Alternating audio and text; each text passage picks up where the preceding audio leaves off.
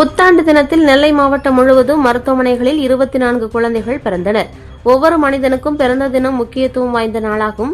ஜாதக கணிப்புடன் வாழ்நாளில் அனைத்தும் பிறந்த தேதி தேவைப்படுகிறது. அதனால் பிறப்பு பதிவும் கட்டாயமாக்கப்பட்டுள்ளது. இதில் சிலர் பிறந்த தேதி மறக்க முடியாத சம்பவங்கள் நிகழ்ந்த நாளாக இருப்பது பெருமைக்குரியதாக கருதப்படுகிறது. அவ்வாறு 2026 ஆங்கில புத்தாண்டு அடியெடுத்து வைத்த நாளில் புது மலர்களாய் ஏராளமான குழந்தைகள் பிறந்துள்ளன.